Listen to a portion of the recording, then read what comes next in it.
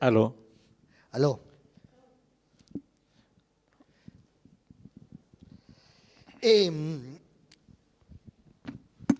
Bueno, buenas tardes o buenos días. Están ustedes, son parte ustedes en este momento del Centro de Estudio, del Instituto de Estudio Humorístico. Es parte, sin darse cuenta, ustedes son ya parte militante de este instituto. Y este instituto busca, de alguna forma, mostrar lo que se ha hecho en humor en Chile, lo que se está haciendo, y de alguna forma vislumbrar lo que se hará. Nuestra tarea es un poco contar la historia de esta tradición del humor en Chile y hacer puente entre lo que se va, entre el pasado y el futuro. Y esta charla en particular nació de una constatación bastante asombrosa, que es que los campos de concentración en Chile, los campos de prisioneros en Chile, produjeron, además de dolor, además de sangre, además de terror, humor y poesía y canto. Y que de estos campos de concentración, de campos de prisioneros, surgieron talentos que de alguna forma lograron sobrellevar el horror y la prisión y la condena a través de actos creativos.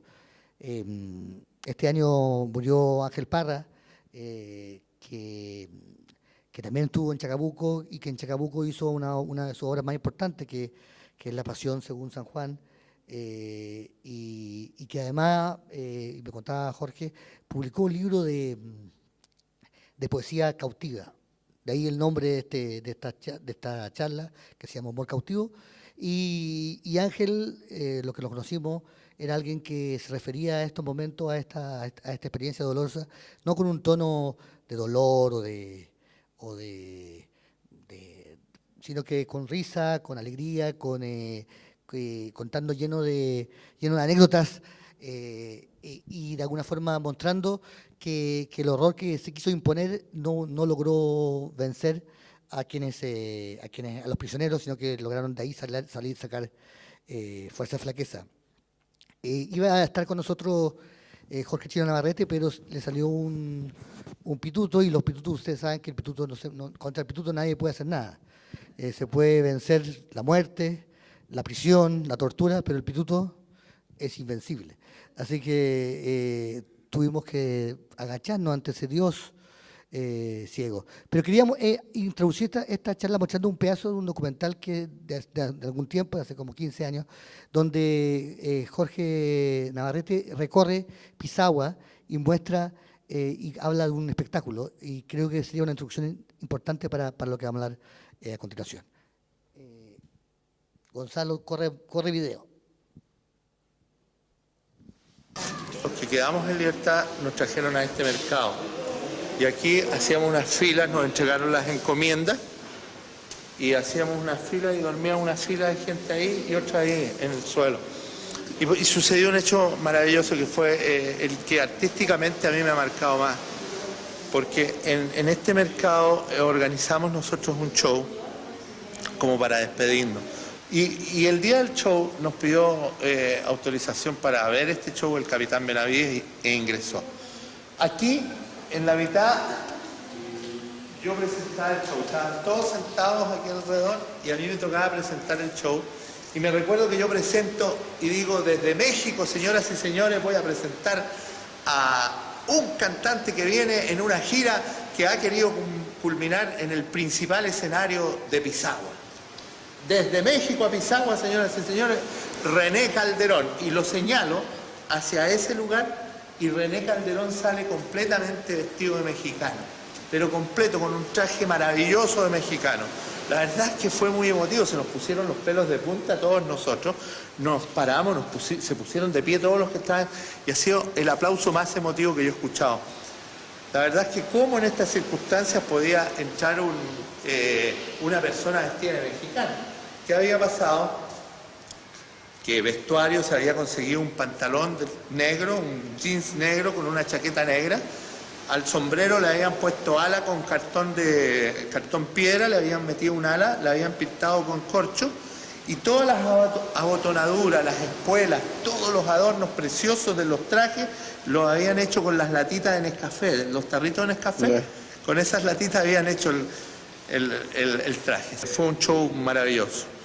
Fue tanto que el capitán Benavides pidió la palabra en determinado momento, quiso dirigirse a nosotros y la emoción fue tremendamente grande. Él no resistió el impacto del momento y cuando ya empezaron a asomar sus lágrimas, él abandonó el lugar corriendo, se fue. Bueno. Y nos decían que iba a llegar Eso es una anécdota entre tantas otras, pero queríamos introducir aquí a nuestros dos invitados que además de todo son poetas, poetas que tienen además un ingrediente de humor muy fuerte en su poesía. También para nosotros como instituto es muy importante eso, demostrar que el humor no es el chistólogo del Festival de Viña, sino poetas que han hecho una contribución a la poesía muy importante en Chile. A mí, no sé cuál es mi izquierda, cuál es mi derecha. Bueno, ahora van a estar todos a mi izquierda. Decidí que todos están a la izquierda, nadie está a la derecha. Jorge Montalegre, poeta, guionista y también historiador del humor, que ha hecho y que ha escrito libros en que cuenta también su experiencia. Estuvo en Chacabuco, en Estadio Nacional también, ¿no? Parece que era como una especie de doblete, que está en uno y después. Y con el mismo barco, en el barco con el mismo barco. En distintos barcos. En distintos barcos. Bueno, es la vida del lujo, ¿ah? O sea, va al estadio, después un crucero. Después al desierto y después a los barcos. O sea, una vida, un turismo de aventura. Y Mauricio Redolés, que es cantante, poeta, una personalidad de la cultura chilena importantísima. Y que también estuvo en qué barco, Estuve en el barco Leu, sí. Ya. En el barco Leu, en el campo de concentración de Coyhaique, entre otros lugares. En Coyhaique. ¿Y qué barco tuvieron juntos? No, mira, Mauricio estuvo en el Leu, Zurita estuvo en el Maipo y yo estuve en el Andalién. En distintos barcos. En distintos barcos, sí. O sea, son realmente... tenemos una poesía de crucero, una poesía marítima. No solo ustedes pasaron por esta experiencia y son poetas y son artistas, sino que tuvo algo importante, la base de lo que ustedes hacen. O sea, que en el nacimiento de lo que ustedes hacen estuvo esta experiencia. No solamente fue una experiencia que, por ejemplo, como el caso de Ángel Parra, que le sucedió dentro de su carrera, sino que tuvo, o me equivoco, digamos. ¿Hay algo central en lo que ustedes hicieron que están en esos campos de prisioneros? No sé, Jorge o Mauricio, ¿quién quiere empezar? Mira, yo creo que en mi caso, casi todo lo que yo hago hoy día se puede comparar con algo que yo hacía en Chacabuco, ¿ah? Y para mí mismo es bien impresionante, ¿no? Porque yo soy periodista y mi primera columna de opinión fue para el diario Mural de Chacabuco, ¿no? De repente me entrevistan como tú ahora, digamos, y la primera entrevista que me hicieron fue para ese diario Mural, ¿ya? Yo empecé a escribir poesía en Chacabuco y fui el primer como bibliotecario del campo. Nunca pensé que después iba a tener tanto que ver con los libros, digamos, más adelante. Entonces a mí me marcó mucho, pero quería decir una cosa previa a Rafael, porque seguramente en esta conversación van a salir algunas anécdotas, algunas cosas de ese tipo, y yo creo que siempre es necesario recordar el contexto de esto, ¿ah? O sea, antes de las manifestaciones como lo que contaba el Chino Navarrete, de estos shows, o de la poesía, o del canto, etcétera, antes de eso, casi todas las personas pasaron por momentos individuales, casi íntimos, de interrogatorio, de tortura, qué sé yo. Todo esto tiene que ver con un levantamiento, ¿no? Después de un aplastamiento feroz, ¿ah? De algo que no siempre se cuenta, que es duro, etcétera. Entonces, y también de algo muy solitario que después al final se de algo que después se comparte con nuestra gente, ¿no? Esto del humor se comparte, es más colectivo. En cambio, ese otro dolor desde el que uno viene hacia esa actividad, yo creo que es bueno recordarlo, porque si no, también se puede malinterpretar, ¿no? Sí, sí, sí, Esta como gente si fuera... estaba en la chacota, Sí. estaba de vacaciones, etcétera, ¿no? Pero además, pero quiero decir que en el caso de usted es doblemente grave, digamos, también en el caso de Chino Navarrete, porque era extremadamente joven. Era muy poco, un militante más antiguo puede tener conciencia de haber hecho algo o no haber hecho algo, pero ustedes eran proto niños, digamos. Y estaban metidos en una situación que les quedaba grande. O sea, no habían participado de la Unidad Popular de las cosas buenas o de la fiesta de la Unidad Popular, habían llegado tarde y les tocaba pagar la cuenta, ¿no? Yo creo que Mauricio. sí, que no quiero, no quiero hablar yo nomás, pero yo creo que fuimos parte de esa fiesta de la Unidad Popular, como en un momento muy, muy juvenil. Todos nosotros en distintos lugares éramos militantes de partido, de alguna manera sabíamos por qué estábamos presos. Había gente que de repente la tomaron por toque de queda, había gente que realmente tenía una inocencia increíble en lo político, ¿no? Pero otras, y mucha gente joven, la mayoría, o sea, el promedio de edad de los presos políticos yo creo que era bien bajo, ¿no? 30 años, 35 años el promedio de edad. Y entonces yo creo que los jóvenes, yo en ese tiempo tenía 19 años, claro, no éramos los dirigentes, no éramos, como decían los diarios después, los jerarcas de la UP, no éramos eso, ¿no? Pero éramos los que marchábamos, los que repartíamos panfletos, los que estábamos ahí inaugurando también un proceso. Entonces también es un quiebre biográfico en términos de proyectos, ¿no? Uno iba como para otro lado. Mauricio, ¿cómo el campo de concentración, la experiencia, impactó en tu vida creativa? Bueno, hace algún tiempo atrás alguien me llamó porque quería escribir justamente sobre este tema y me quería entrevistar. Y yo me negué porque pensé que podía prestarse para malos entendidos, digamos. Sobre todo por este principio ancestral chileno de que en Chile nos reímos de todo, ¿ah? Pensaba en un poema de Bertolt Brecht antes de venir para acá. Primero se rieron de los homosexuales, pero a mí no me importó porque yo no era maricón. Después se rieron de las mujeres golpeadas, pero a mí no me preocupó porque yo no era mujer ni había sido golpeado. Después se hicieron chistes sobre el maltrato animal, pero a mí no me preocupó porque yo no era animal. Ahora que se hacen chistes sobre los campos de concentración es demasiado tarde, porque yo no me opuse ante ese sentido de humor. En Chile nos reímos de todo. Claro, podría malentenderse si no se hace la cápita que ustedes dos han hecho desde un comienzo, digamos, en términos de qué queremos hablar. Y yo creo que de lo que queremos hablar más que nada es de cómo el humor se transforma en un arma de resistencia en la prisión política. No conscientemente, no en el sentido de que, compañeros, ya, riámonos ahora para cagarle la psique a los fachos. No, sino que sencillamente reírnos como una manera de descreernos de esa realidad, de ponernos aparte, con crueldad sobre nosotros mismos.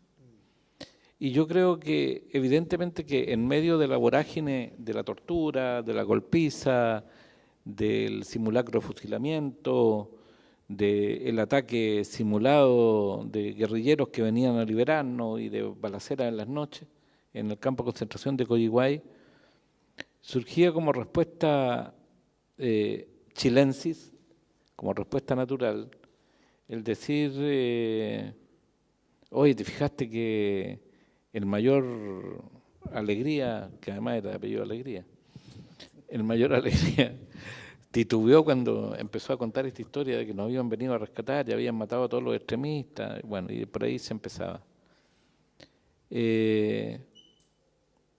Como también lo absurdo, lo manivelesco, haciendo referencia a La Manivela, este programa del Grupo Ictus que había en televisión, de las sesiones de tortura, que hacía que todo de repente era tan irreal que llevaba finalmente a una situación humorística dentro del dolor, de la pena, de la muerte, y que era muy brutal. Yo recuerdo dos casos al respecto, uno de Pino Barrientos, hijo del alcalde de Viña, de apellido Barrientos. Pino Barrientos era un estudiante socialista, debe haber tenido unos 22 años, y le preguntan por el plan. A ver, háblanos del plan. Y Barrientos, en medio del miedo y de la inseguridad que causaba estar golpeado, con la vista vendada, sentado en una silla semidesnudo, empezó a hablar del plan. Empezó a hablar del plan del agua potable que había para los cerros de Valparaíso, ¿no? Entonces empezó a decir, bueno, el plan va a comenzar primero en la parte de arriba de los cerros. Y los torturadores se quedaron callados y dijeron, por fin, descubrimos el inicio, el plan Z. O sea, cómo nos iban a matar a todos los demócratas, estos marxistas retamboreados. Entonces, y va a descender por las quebradas el plan, claro, las tuberías de desagüe de las quebradas, en fin. A medida que le pedían más detalles, Barrientos se vio en una encrucijada, tenía que seguir hablando del plan, hasta que se llegó al punto en que, pero, ¿cómo nos iban a matar? No, si yo estoy hablando del agua de la empresa de agua potable de Valparaíso para llevar agua potable a los cerros, ese era el plan del que estoy hablando yo. Le sacaron la concha de su madre, weón.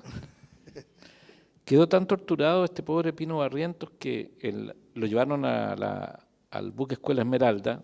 Él navegó en otro barco, distinto al Andalien, al Maipo y al Leu. Pero ese no tiene poeta. Ese no salió poeta. Ahí No, es historiador. Creo que trabaja como profesor de historia en Inglaterra, en Surrey. Y el pobre Pino Barrientos lo llevan a un camarote de la Esmeralda, y de pronto el guardia se distrae y él le quita la metralleta. Y se pone la metralleta en la boca y trata de dispararse. Pero no sabía disparar, no tenía instrucción militar. Entonces no podía disparar, se quería suicidar. Y entra un marino, el marino que tenía el arma arranca, diciendo, me quitaron la metralleta. Y entra un marino y lo acribilla. Al marino. Al Pino Barrientos, no, al Pino, al que se estaba tratando de matar. Estaban todos los compañeros aterrados ahí, metidos en los camarotes, metidos en las camas, y entra un marino y acribilla a Barrientos a la altura del estómago. Yo no sé cómo se salvó, pero tú le veías y la guata al Barrientos y era un mapa lleno de cerros, de cráteres, de cicatrices, de ríos. Le salvaron la vida. Le salvaron la vida en un hospital naval, qué sé yo, y salimos juntos en el mismo avión que salió de Santiago, el 75, salimos a Inglaterra. Y ahí él me contó esta cosa del plan, y me contó esta cosa del ametrallamiento que había sufrido en el barco Esmeralda, en el buque Escuela. También me acuerdo de Papalich, que era un estudiante de arquitectura, y que me contaba que en la tortura, también en la Esmeralda, le dijeron, ¿qué es el MIR?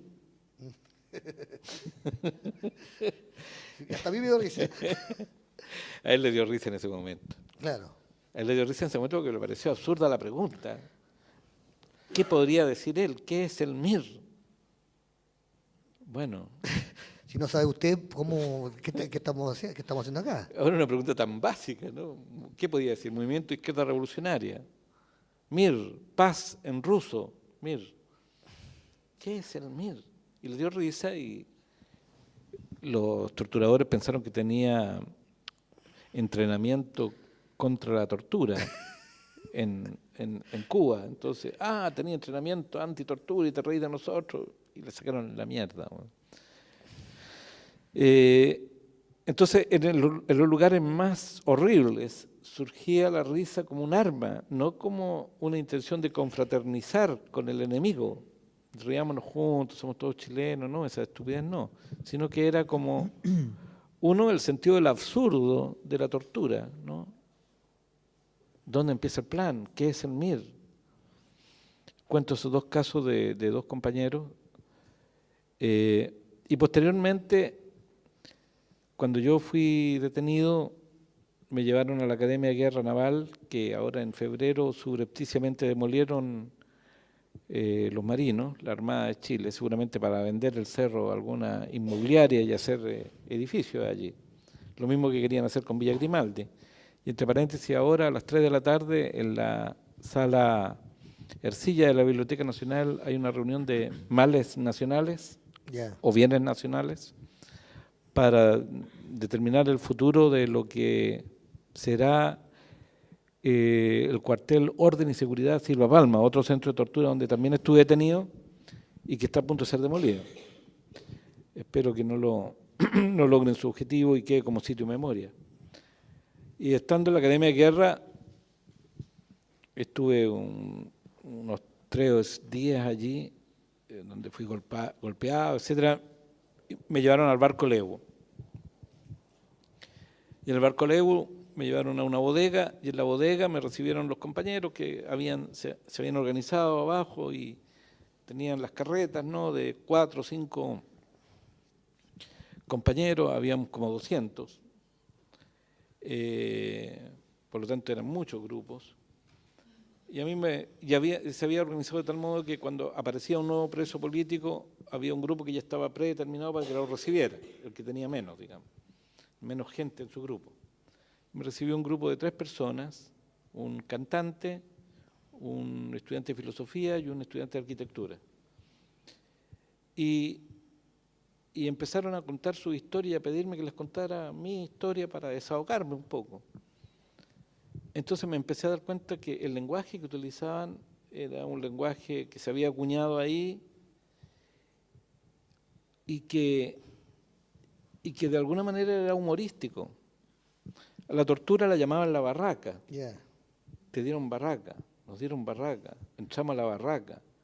Y yo pregunté por qué le decían barraca, entonces decían porque es como una barraca, escuchas ruidos, hay como un olor a aserrín, hay una sierra eléctrica que tú no sabes si te van a poner ahí de repente, bueno, en fin. Y a medida que estuve como una semana ahí antes que me volvieran a la Academia de Guerra, y a medida que estábamos ahí, yo me daba cuenta de un humor autoflagelante que había muy fuerte. Se había improvisado una cancha de voleibol, se jugaban voleibol, y cuando algún compañero golpeaba mal la pelota, el grito era, no, es la raza la mala, es la raza la mala. O sea, al final, ser preso político era una condición racial. Claro. No es que fuéramos marxistas, ni izquierdistas, ni comunistas, ni miristas, éramos una raza mala. Bueno. No, si es la raza la mala, si yo te digo. Oye, yo tengo entendido, creo que empezaba también, y que La Manivela, el programa de Ictus, era como el top one de los prisioneros, o sea, como que trataban de hacer como versiones de La Manivela, o tenían que...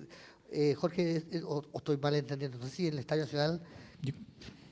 Mire, yo creo que se dan todos los niveles, desde el humor así tipo circo, tipo payaso, ¿no? Hasta cuestiones más sofisticadas. Porque los humores eran de distinto tipo. A propósito de lo que cuenta Mauricio, yo diría que había un humor principal que era el reírse de nosotros mismos. Y a propósito de que tú recordabas a Ángel Parra, ¿no? Ese grupo que él dirigía cantaba unas cuecas, ¿no? Y las cuecas eran muy divertidas, pero eran como autocríticas, ¿no? La cueca al puntúo, qué sé yo, cuecas que criticaban un cierto comportamiento de algunas personas que eran compañeros. Y las cuecas eran divertidas, todos nos reíamos, pero ¿El aludido? Claro, porque era alguien que generalmente o tenía un sobrenombre, pero eran también situaciones generales, ¿no? Yeah. O sea, esto de presentarse como que lo que decía el Chino Navarrete, a Ángel Parra lo entrevista en el diario Mural y se dice que anda en gira, ¿no? Y cuando lo presentaban, que andaba en gira, entonces ese día iba a cantar porque andaba en gira por el norte, ¿no? Una cosa así de mucha autoironía, y eso estaba en los sobrenombres, en el tipo de lenguaje que se usaba. Pero también, mira, había un humor para nosotros, digamos. O sea, los presos nos reíamos de los presos. Pero no nos gustaba que lo que nosotros hacíamos, por ejemplo, lo que cuenta el Chino Navarrete, el show o el chiste, qué sé yo, el sketch, fuera utilizado para decir que estamos muy bien, están tan bien que se ríen mucho, ¿no? Como un montaje que hicieron en el Estadio Nacional cuando fueron los periodistas, hubo una persona que decían, el Peineta que hizo todo un show, pero a pedido de Canal 13 fue el único canal que pudo entrar ahí. Y por otro lado, se hicieron sketches en que se reían de los milicos. En que el show era para los milicos. En Chacabuco hubo uno, pero las bromas, las tallas, iban hacia los oficiales. Entonces se reían los presos y los pelados, digamos, y los soldados de los oficiales que eran objeto de la risa. ¿Los oficiales cómo reaccionaban antes? ¿Cómo era el...? Bueno, me acuerdo de una anécdota en que hubo represalia después. Mira, brevemente la anécdota es la siguiente. Se hacían estos shows, ¿no? Que se fueron profesionalizando, ¿no? Como decía el Chino Navarrete, de repente con las latitas de Nescafé se hacía un traje de luces, digamos. Entonces se fue profesionalizando esto y había gente que hacía sketch y había gente que hacía teatro en distintos campos de prisioneros que eran actores profesionales. O sea, el Cuervo Castro, por ejemplo, Oscar Castro, ¿no? O en Chacabuco estaba Gonzalo Palta. Había actores profesionales que podían empujar y armar un grupo, y había gente que tenía mucha gracia y hacía sketch. Y esto a los presos les gustaba mucho, y los entretenía, etcétera. Se entretenía. Era un público cautivo, ¿no? Sí. Entonces, Nunca mejor dicho. Claro, nunca mejor dicho. Era un público cautivo. Pero los soldados, que generalmente eran conscriptos, que tenían mi misma edad, digamos, también eran cautivos en cierto sentido, ¿no? Sí. Y se aburrían y qué sé yo. Entonces una vez le piden a la gente que hacía estos shows en Chacabuco, les piden que por qué no salen del campo. Hay un teatro en el mismo Chacabuco, pero fuera de lo que era propiamente el campo prisionero, y que le hagan el show a los milicos, a los soldados. Esto armó una discusión política muy seria de hacerlo, no hacerlo, correspondía, no correspondía, etcétera. Era un temazo político. Entonces, bueno, era difícil negarse también. Entonces se hace un libreto, dice, no, vamos a hacerlo, pero tampoco lo vamos a hacer gratis en términos políticos, ¿no? Entonces, y se inventa un concurso. Y el concurso era que se iba a hacer una rifa, ¿no es cierto? Y se iba a regalar como premio un equipo completo, un equipo de fútbol completo, ¿ya? Y eso era. Bueno, y se la arreglan para hacer trampa y sacar el número que se le había pasado al oficial, que era el comandante del campo. O sea, siempre los presos supieron que el premiado iba a ser el comandante, ¿ya? Hacen igual la faramalla de sacar un número, pero parece que siempre el mismo número, y el que sacaran iba a ganar el comandante. ¿no? Y él sube, y lo nombran y sube al escenario y todo, qué sé yo, y dice, ahora va a recibir el equipo completo, qué sé yo, de premio, y le pasan una foto como en la revista Estadio, en que hay un equipo completo. ¿Ah? La foto de un equipo, ¿ya? Bueno, y eso lo dejó en ridículo a este tipo, lo dejó en ridículo y se reían de él. Los presos y los soldados, que tampoco le tenían mucha buena. ¿Ah? Pero yo ¿Cómo quería se llamaba el caballero? No me acuerdo, no me acuerdo. Pero cosas de ese tipo se hacían en distintas partes. O ¿Y sea, después Oscar, se vengó? después sí, hubo un problema, quemaron las cartas, por ejemplo. Ese mismo oficial ordenó la quema de las cartas, que era el bien más preciado de los presos. Era la única forma de saber qué es lo que pasaba con la familia, ¿no? Entonces, bueno, y ordenó, ese mismo oficial ordenó la quema de las cartas. ¿No? Nada era gratis. Pero también yo quería agregar algo sobre esto, de que así como había un humor para reírnos de nosotros mismos, un humor para reírse de los militares, digamos, también había un humor sádico, el humor de la tortura que dice, bueno, y Mauricio lo ha escrito además, el humor de la tortura, fíjate tú, a veces no reparamos en eso, el que una tortura se llame la parrilla, detrás de eso hay un humor sádico, es comparar a la persona con la carne del asador. Cuando a la persona la ponen en un catre metálico, ¿no es cierto?, y la electrocutan, eso se llamaba la parrilla. Cuando lanzaban personas desde los helicópteros al mar, le ponían un peso, que era un riel o algo así, un peso, por lo menos en la Villa Grimaldi está eso, a eso le llamaban el escapulario, ¿me entiendes? Entonces hay una serie de frases, de nombres y de sobrenombres. A la caravana que dirigió Arellano Star, le llamaba, el hijo de Contreras le llama la caravana del buen humor. Sí.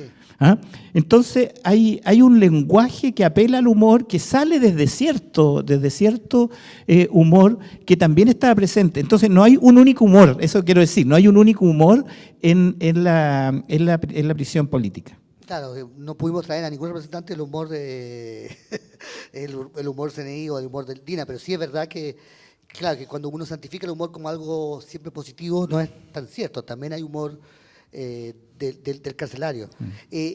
¿Cómo era la relación en Coyhaique entre los presos y los militares a través del humor? O sea, ¿se reían, no se reían? ¿Era como dice Jorge, estas distintas nociones? ¿O había esta confraternización con los conscriptos?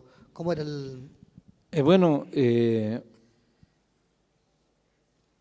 Yo recuerdo que nos trasladaron a un grupo de gente desde la Academia de Guerra de Cuartel Cibapalma al campo de concentración de Coyhaique en un vehículo militar cerrado, en una suerte de camión gigante, en donde íbamos todos sentados en el suelo, con las manos amarradas y con la vista vendada. Y no sabíamos dónde íbamos. Había gente que había muerto en esas condiciones. Recuerdo el caso de un compañero que le decían el monje loco, y que era el sobreviviente de una caravana de ese tipo. Yeah. Habían bajado a 13 o 14 presos y en el momento en que él lo baja en una mano, lo toma y lo sube de nuevo al camión. Y a los otros 14 se le fusila. Entonces nosotros no sabíamos dónde íbamos y como íbamos sentados todos con las piernas abiertas y uno apoyado en el de más atrás, empezaron los chistes sobre posibles penetraciones anales, ¿no? Yeah. Oye, córrete, que esté muy duro y no sé qué más. Claro. Entonces ahí nos ordenaron sacarnos las vendas de los ojos y el sargento que iba a cargo dijo: no se acertan chistes. No dijo no se aceptan, yeah. Dijo no se acertan. Lo que nos dio mucha risa. Que era el mejor chiste. No se acertan chistes. Que además es una gran frase, no se acierta en Chile. Un chiste tiene que ser acertado. Claro. Pero no dijo no se aciertan, dijo no se acertan. Como si no fueran asertivos los chistes. Sí, también. Bueno, la cosa es que llegamos al campo de concentración, nos metieron en unas cabañas y esa noche, era un 26 o 27 de diciembre, hubo una balacera en la noche. Se nos dijo, los compañeros que estaban antes allí, mira, a la noche van a haber balaceras. Y era, claro, con toda seguridad para asustarnos, ¿no? Y hubo una balacera, se nos ordenó, los mismos compañeros nos dijeron que no nos moviéramos o que nos tiráramos al suelo.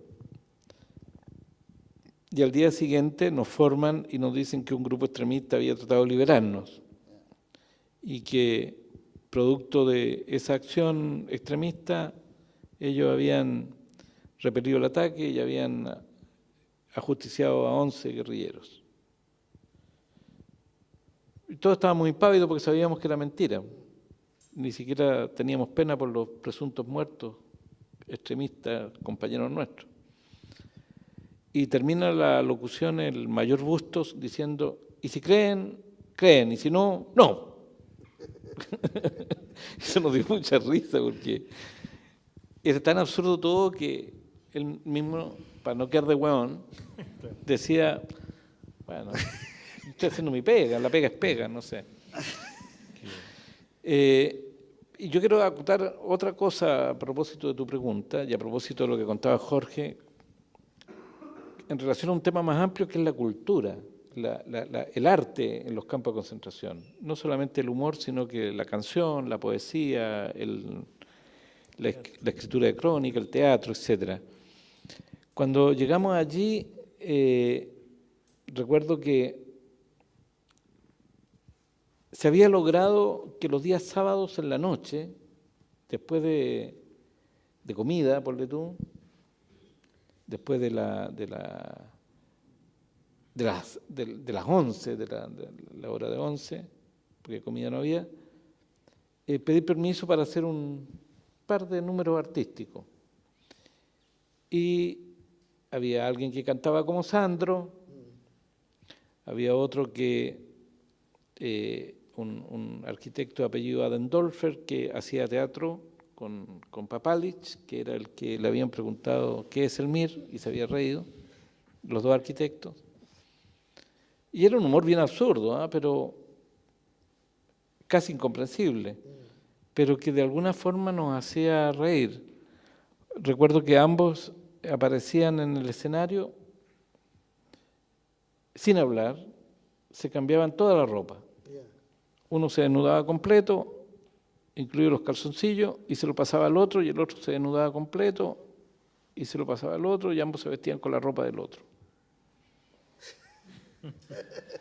En ese nivel de locura nos cagábamos la risa.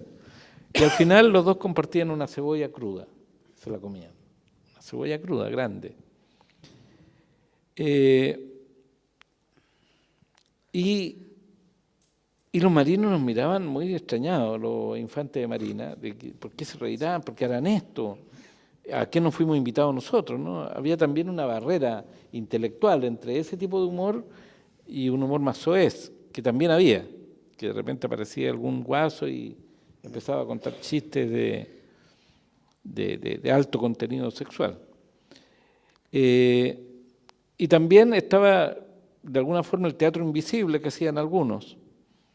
Recuerdo que Papalich, yo no sé cómo, se consiguió, poco a poco, se fue armando de un disfraz como de explorador africano de principio del siglo XX, vale decir, con cucalón y todo. Con cucalón, con un pantalón corto café, una camisa café como de los exploradores británicos de los años 20, y se construyó una red para cazar mariposas. Lo menos que habían allí eran mariposas. Y salía en las tardes, un poco antes que nos encerraran, a caminar y a caminar, a caminar por el campo de concentración, mirando si habían mariposas. Y todos los hueones, pero ¿por qué esa locura, hueón? ¿Qué está haciendo este hueón? Y los marinos nos miraban. Fíjate que era un humor que yo creo que jugaba un rol de dejarlos afuera a ellos, digamos a los opresores, y dejarnos afuera también a nosotros. Es decir, a nosotros a preguntarnos, ellos a preguntarse, nosotros a reírnos, ellos se reían menos.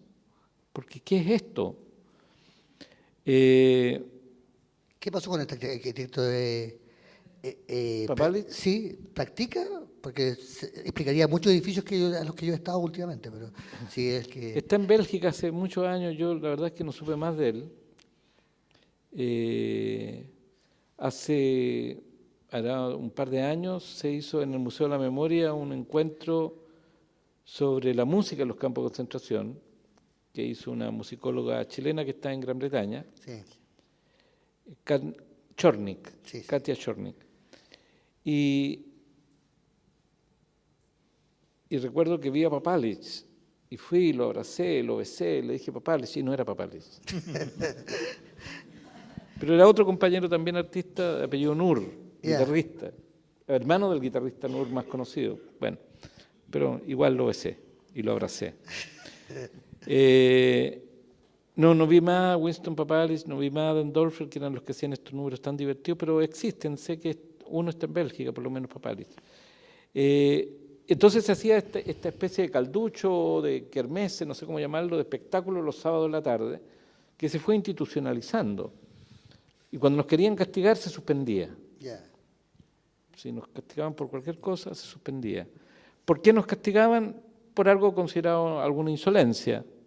Qué sé yo, por ejemplo, recuerdo que el campo de concentración era una especie de letra C de casuchas, 12, 12 y 12 de Mediaguas, y a unos 300 metros estaba el comedor, y nos llamaban por turnos, ¿ya?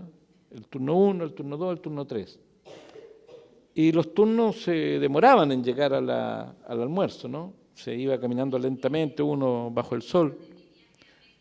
Y después de algún tiempo los marinos se aburrían y empezaban, ya, a ver, van, corriendo ya, oye, ya, pues apúrense, corran. Y recuerdo a algún par de compañeros socialistas, alcalde, era el apellido de uno de ellos, alcalde, y el otro era Zúñiga, puede haber sido, no me acuerdo. Y estos tipos, cuando llamaban que se apuraran, partían corriendo, corrían más que nadie.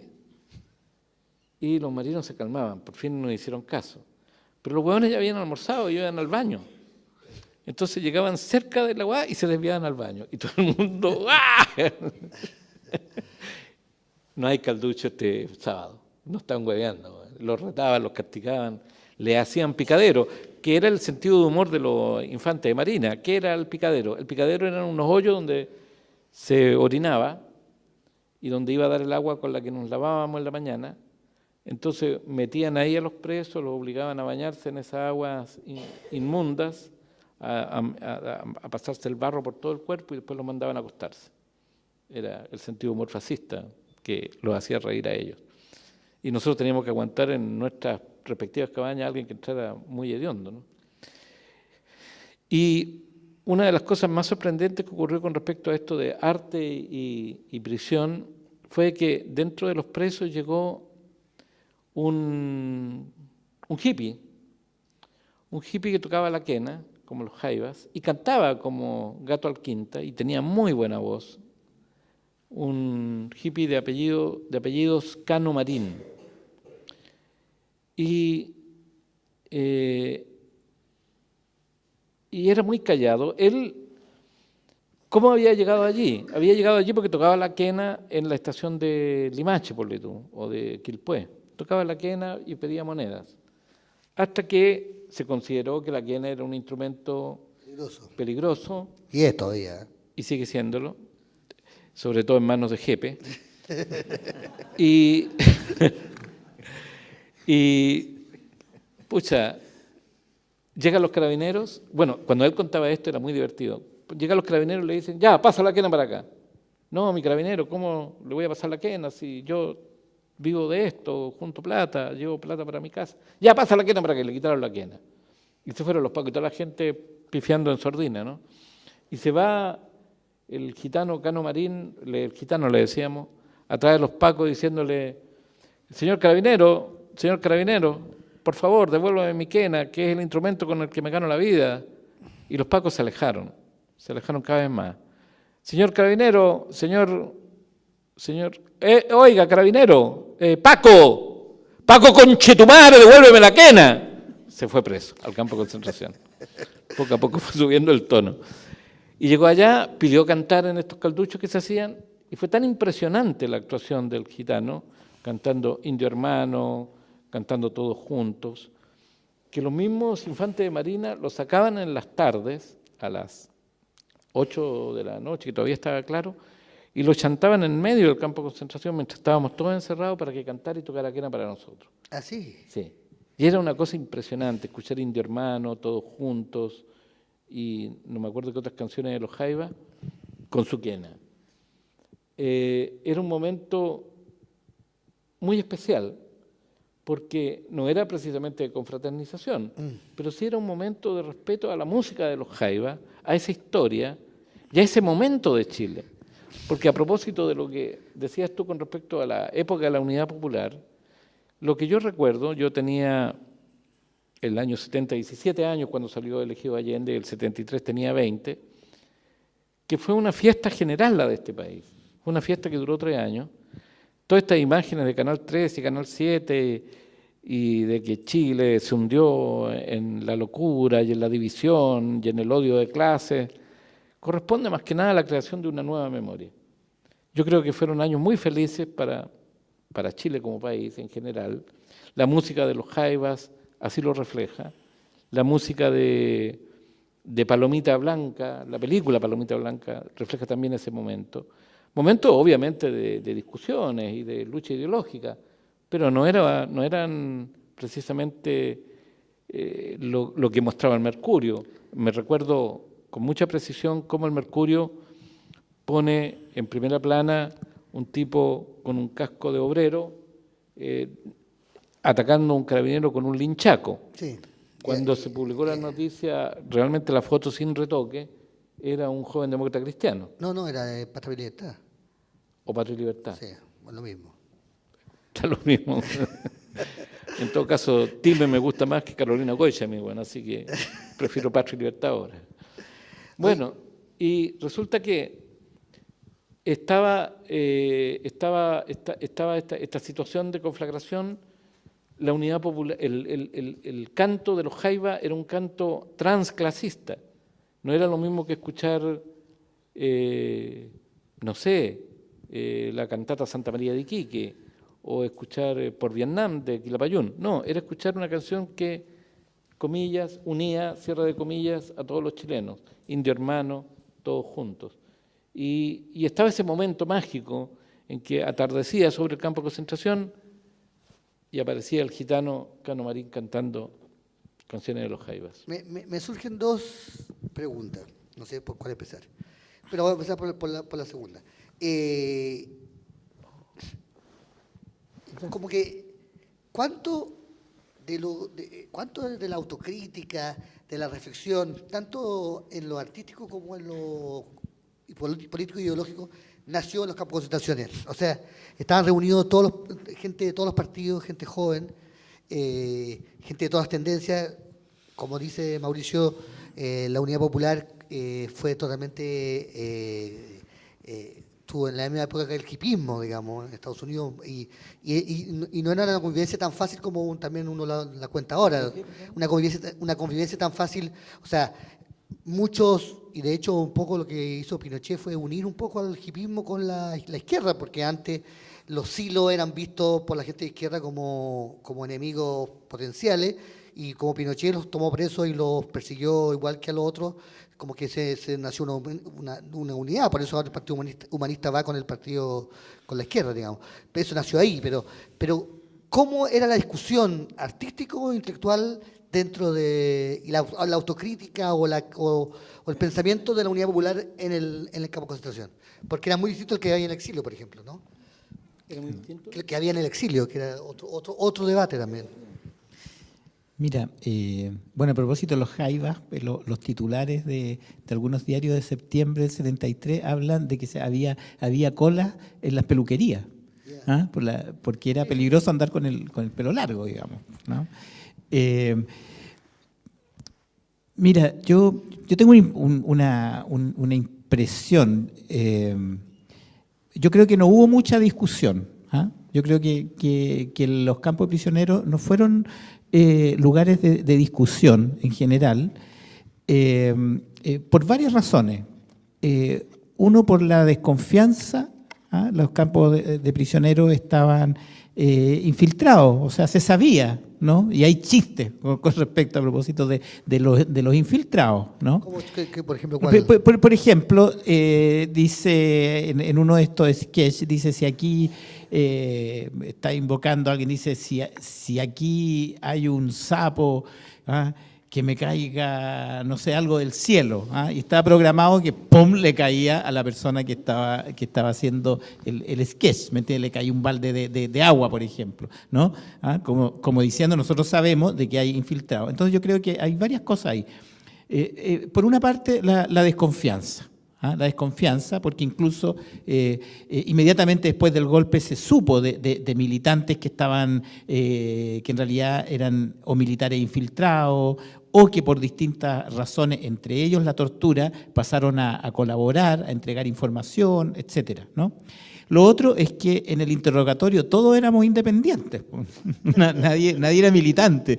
¿Ah? Lo más decía, mire, yo simpatizante, ¿ah?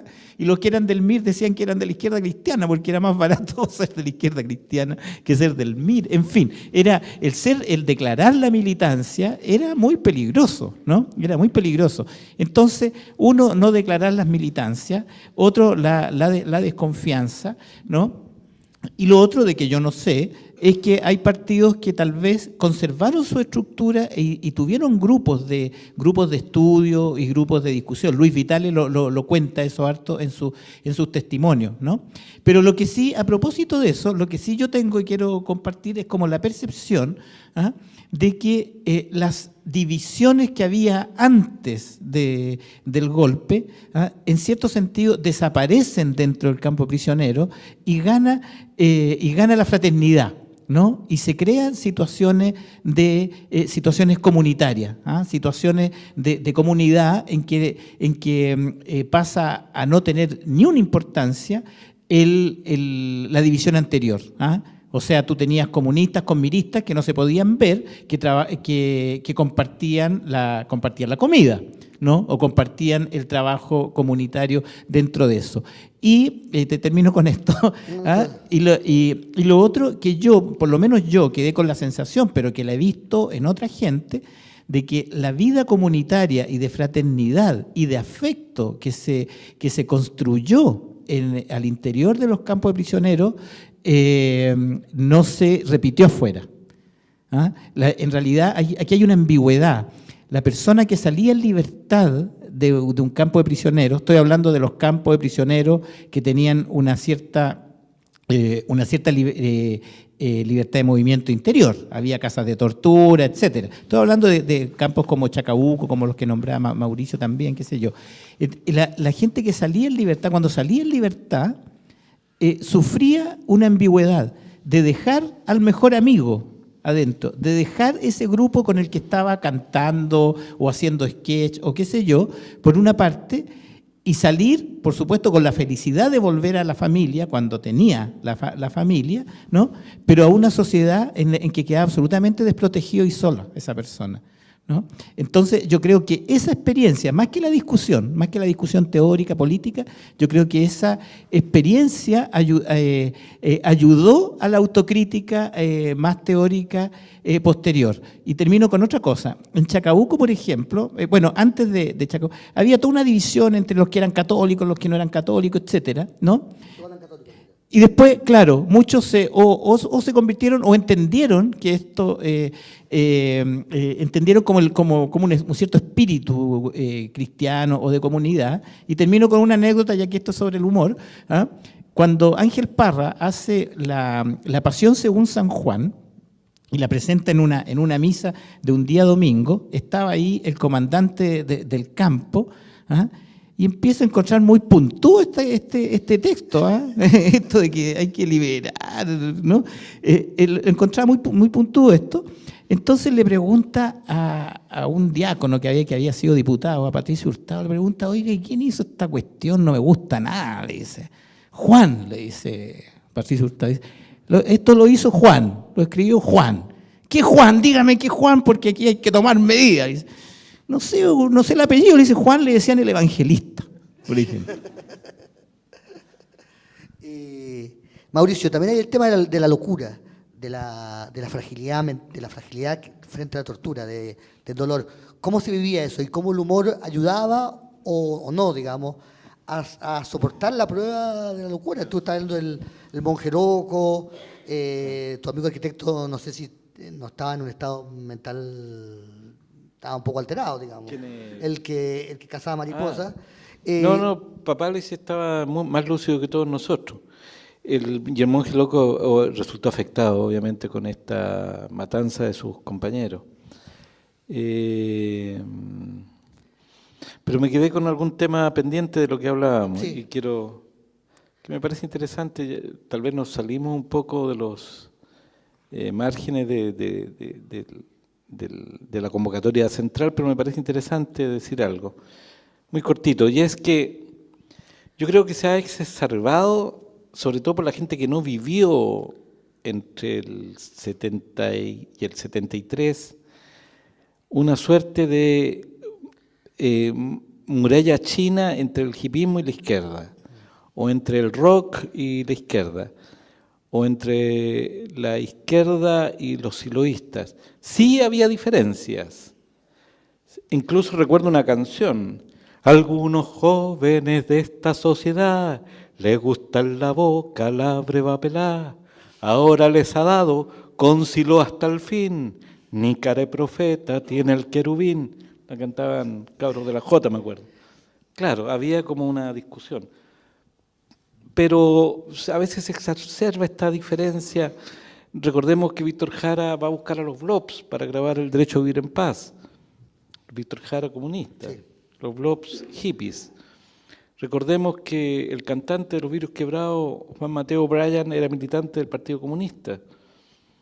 Sí, y los Blobs grababan en la casa de Ángel Parra, o sea, era Ángel Parra el productor de los Blobs. Claro, o sea, había porque era pariente. Habían vasos comunicantes mucho más grandes. Además que, bueno, el mismo Gato Alquinta era la Jota en tiempos de los 70, cuando graban todos juntos y todo eso. Yo recuerdo haberlo visto a él con la camisa amaranto de la Juventud Comunista cantando en la plaza, en Parque Italia, en Valparaíso. Lo corroboré esto después en una entrevista que le hice a Eduardo Parra. Claro, no era un militante muy ortodoxo, pero la presencia de la izquierda era mucho más inimaginable que hoy día. Era una izquierda mucho más parte de todo un movimiento social y cultural. Ahora, claro, con respecto a la insanidad mental, yo me acuerdo de algunos compañeros que se rayaron. Estaba el Rayita, bueno, qué mejor sobrenombre, el Rayita, que estaba en el campo de concentración y que después, cuando me trasladaron a mí al Hospital Naval producto de una peritonitis, allá lo vi el Rayita.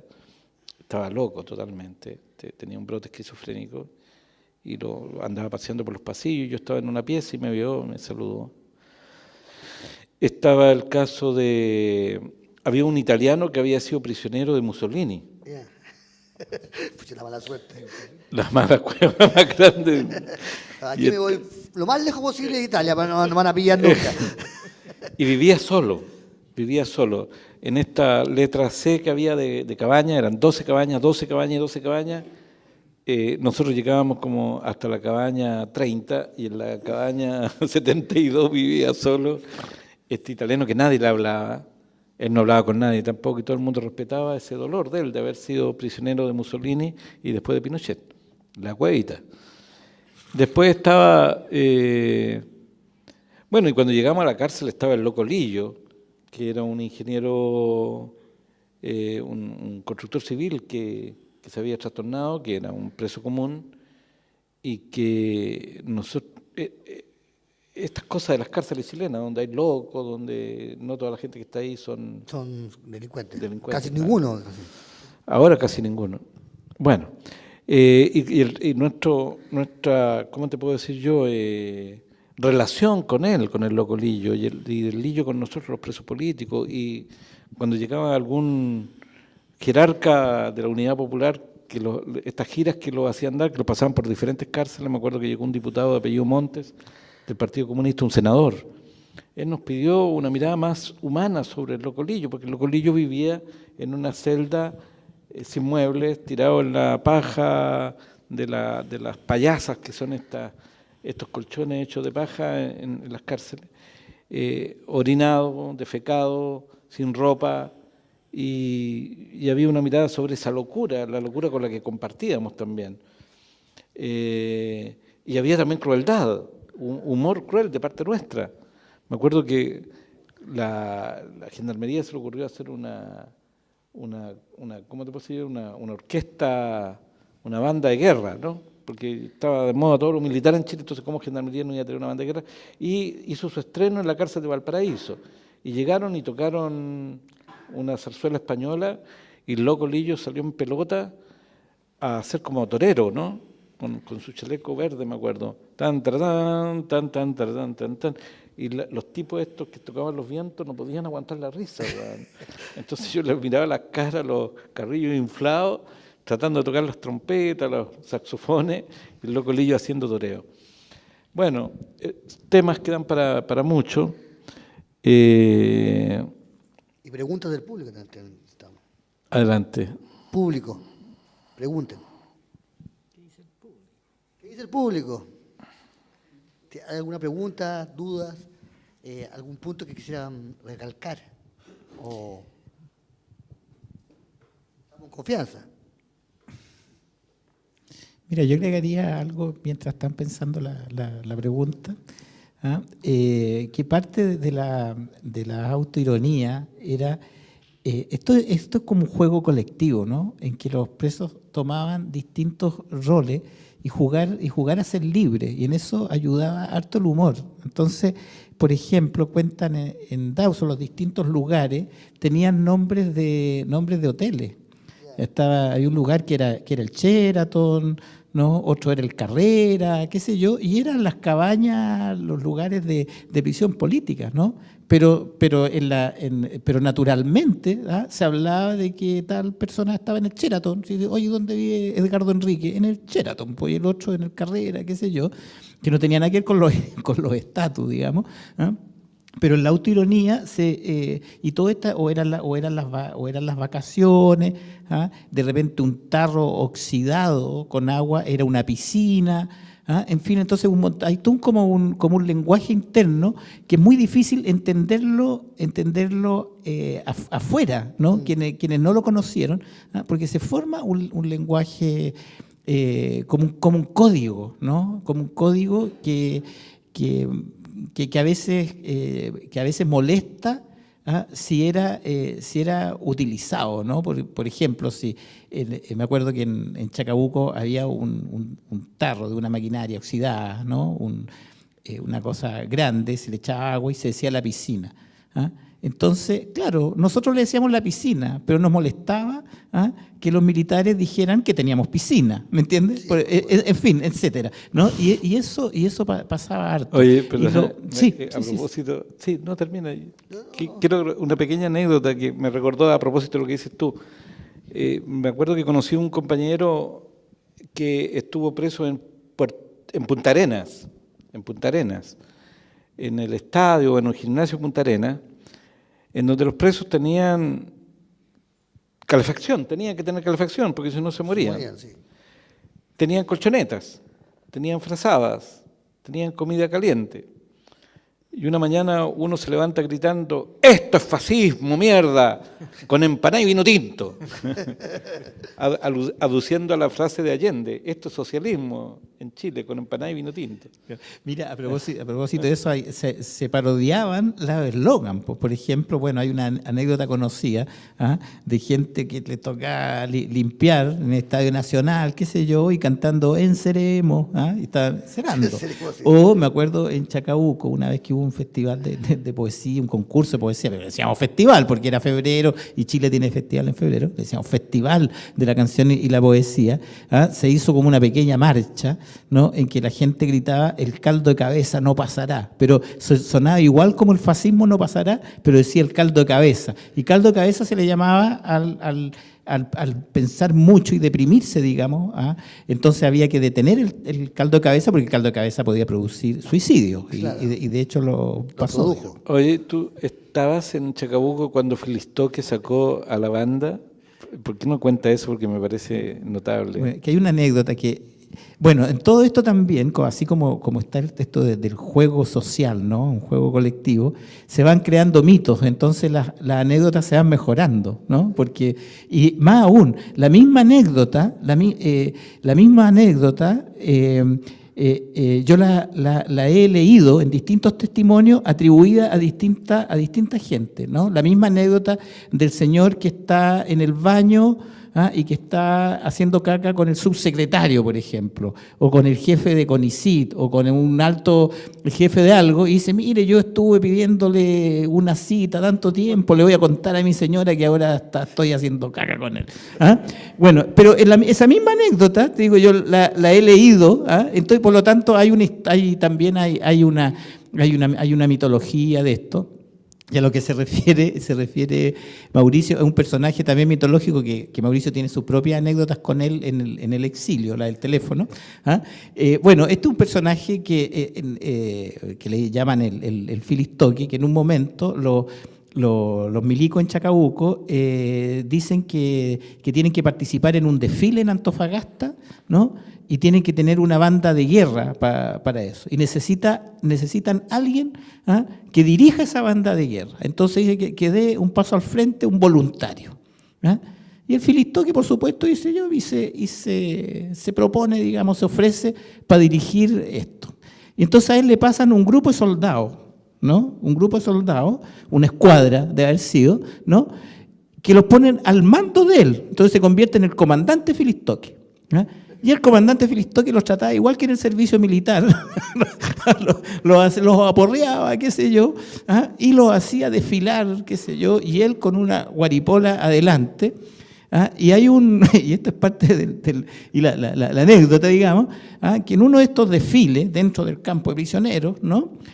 Él lo encabeza a estos militares y se dirige al portón de Chacabuco, porque Chacabuco en realidad era como un gueto, era un recorte dentro del pueblo de Chacabuco, y se dirige al portón de Chacabuco y le ordena a los guardias que están ahí que abran la puerta y sale, y se lleva a los milicos detrás de él por el desierto, y cuando ya estaba cerca de la carretera, el oficial preguntó qué es lo que pasaba. Bueno, por supuesto regresaron a patada al campo prisionero, ¿no? Pero es una cuestión absolutamente alucinante. Salió una película, creo, ¿no? Está en el documental de Ancelovici, de Gastón Ancelovici. Sí, claro, Chacabuco, Memoria del Desierto. Sí, lo vi. Por eso es que ya, y se cuenta y se repite, entonces es un mito. Pero yo quería, antes de a lo mejor hay alguna pregunta, poner énfasis en otra cosa que tiene que ver con la risa, ¿no? Que es que para nosotros fue muy principal, digamos, ser hazme reír, ser objeto de burla, ¿no? A nosotros nos hacían, entre comillas, bromas, como podría ser un simulacro de fusilamiento, ¿no? Bromas macabras, que la gente que hacía esa broma se reía. Recuérdense, recuerde porque se sabe, que cuando matan a Víctor Jara, esto empieza con un juego de ruleta rusa en que no participaban los dos, por supuesto, ¿no? y se dispara y matan y el primer balazo a Víctor Jara es un tipo que empezó a jugar como ruleta rusa. Y yo recuerdo, mira, dos anécdotas ya más personales y no hablo más. ¿Ah? Por favor. Dos anécdotas muy personales. Yo me acuerdo que cuando me llevaron, de esto no hablo mucho, en realidad no me gusta hablar, pero cuando me llevan a interrogar al velódromo, yo estaba en el Estadio Nacional, ¿ah? Me llevan a interrogar envuelto en una frazada, yo no veía nada. Y me pasaron dos cosas, y que escuché risas. ¿Ah? Una, que me hicieron correr de repente, ya ahora corre. Y resulta que estaba al lado de una pared. Ya.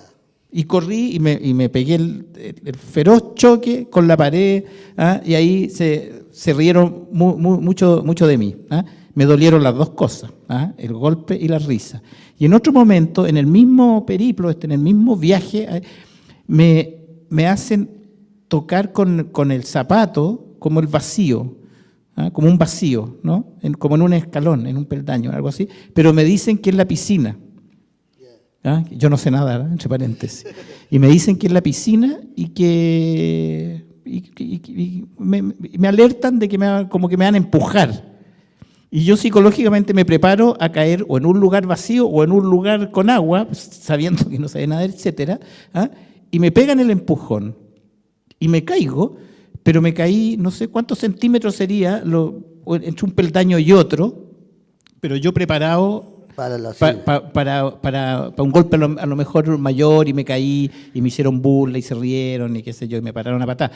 Pero ese escarnio, ¿no? Ese escarnio era muy común, y yo creo que ese escarnio también lo sufren la gente que hace el servicio militar. ¿Y tú crees que en el fondo el humor de los prisioneros fue una forma de responder, de limpiarse de ese otro escarnio? Yo creo que sí, yo creo que el humor en los prisioneros era uno de los pilares de la resiliencia que se dio en los campos de prisioneros. Yo creo que la creatividad, ¿no es cierto?, el trabajo en conjunto, el trabajo colectivo, las acciones colectivas, ¿ah? y el humor y el reconocer la diferencia de las distintas competencias que tenía la gente fueron pilares de resiliencia para enfrentar ese momento adverso. Tenemos espacio para una pregunta. Tiene que ser increíble. ¿Usted?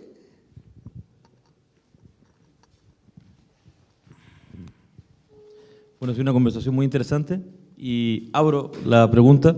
En el documental que dirigió a Carles López hay una historia muy interesante junto con Tito Tricot cuando se empieza a llover en la cárcel, ¿no? Cuando se empieza a llover en la cárcel y se genera una situación de humor no provocada, sino de cómo se enfrenta.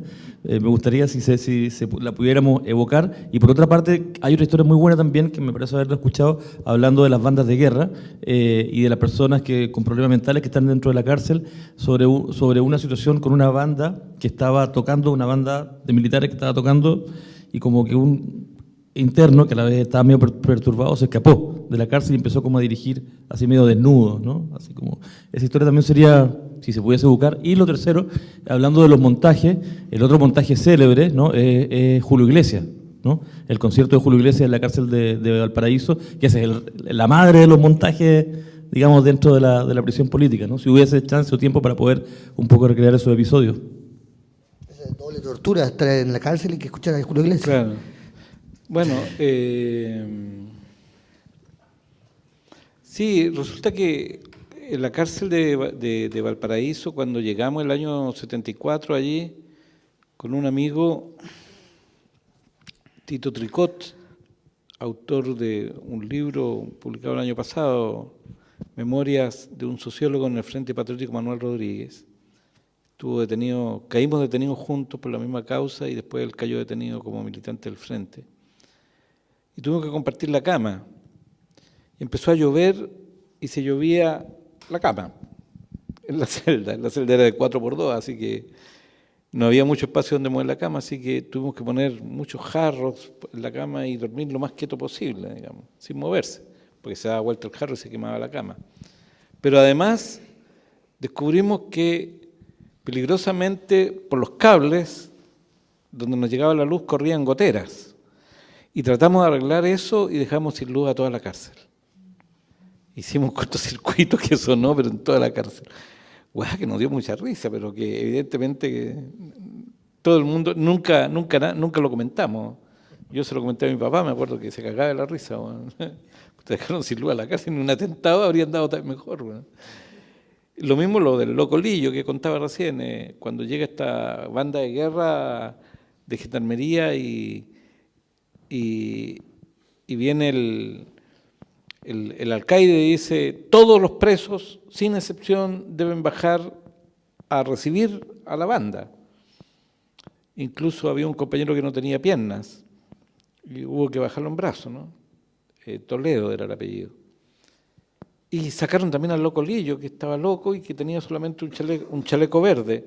Y cuando empieza esta música, estos aires españoles, Granada, y él sale con su chaleco verde haciendo como torero. Entonces el alcaide llama al teniente Soto y le dice: teniente, vaya a sacar a ese.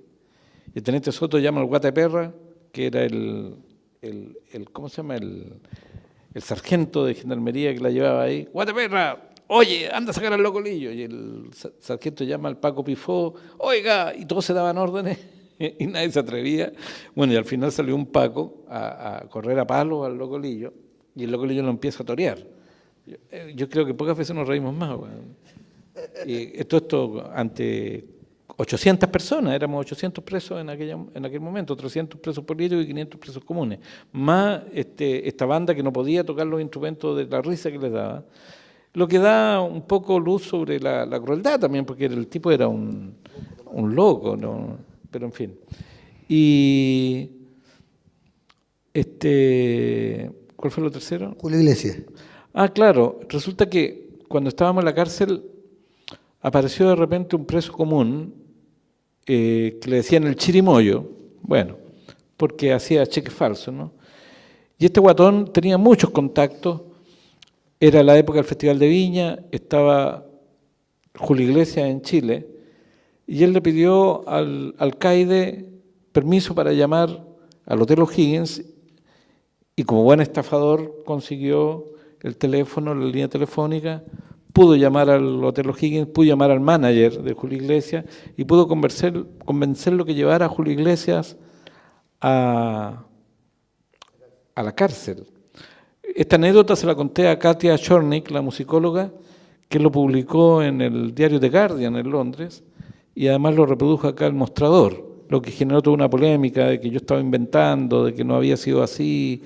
Salió el hijo del animador con una carta al Mostrador emputecido, lo que fue más divertido todavía. Y cuando llegó Julio Iglesias, nosotros lo asociamos con Franco, con el franquismo, ¿no? Estamos hablando del año 74, todavía Franco estaba en el poder. Y lo único que nos decía a nosotros, era para nosotros como un símbolo de resistencia contra el fascismo de Franco, era el ETA, la organización vasca guerrillera. Entonces nos quedamos en la tercera galería y cuando apareció Julio Iglesias en el escenario empezamos a gritar ETA, ETA, ETA, con unas monedas en los fierros, ¿no? ETA. Y Julio Iglesias, bueno, hizo un discurso diciendo que él también era un prisionero de hoteles, prisionero de horarios, Prisionero del amor. Prisionero del amor, prisionero de las pruebas de sonido, y que se sentía igual que nosotros y se fue. Ah, el chiste de usted era muy cruel, ¿eh? Porque el papá de Julio Iglesias lo iban a secuestrar unos años después, ETA. Y usted no... Y Jorge Luis Borges dijo que ojalá lo devuelvan con la condición de que el hijo no vuelva a cantar más. Eso dijo Borges. Bueno, o sea, fue toda una polémica ya literaria de alto vuelo el rapto del papá de Julio Iglesias. Bueno, y Julio Iglesias se fue. Debo confesar que corrí tras él como calcetinera, quería verlo de cerca. Y la verdad es que muchas de las cosas que ocurrían llamaban a risa, y yo creo que llamaban a risa precisamente porque estábamos muy cerca de la locura. Y era efectivamente un buen remedio el humor, el no creernos tan en serio las cosas, a pesar de que habían muertos, habían suicidios, había tortura, etcétera. Era una manera de reírnos de todo como buen chileno. Agradezco a Mauricio y a Jorge, y que yo creo que es una charla muy interesante, muy profunda. Hemos llegado a temas a mí que me parecen muy esenciales, que tienen que ver con la memoria, con lo que pasó en Chile, lo que por supuesto esperamos que no vuelva a pasar, aunque estoy seguro que volverá a pasar. Esa es mi predicción personal. Y claro, yo coincido con Mauricio y con Jorge, que esto no es para decir que alegre y que simpática era la tortura o los campos prisioneros, sino para mostrar que eso no quiebra a los seres humanos y que de alguna forma sacan fuerza de flaqueza, y que la creación, el arte, no solo el humor, pero el humor como parte de la creación, puede nacer ahí, como suele salir cualquier planta de entre los muros o de entre los pavimentos. Así que gracias y nos veremos en la próxima oportunidad, y yo les pido un aplauso. Cerrado.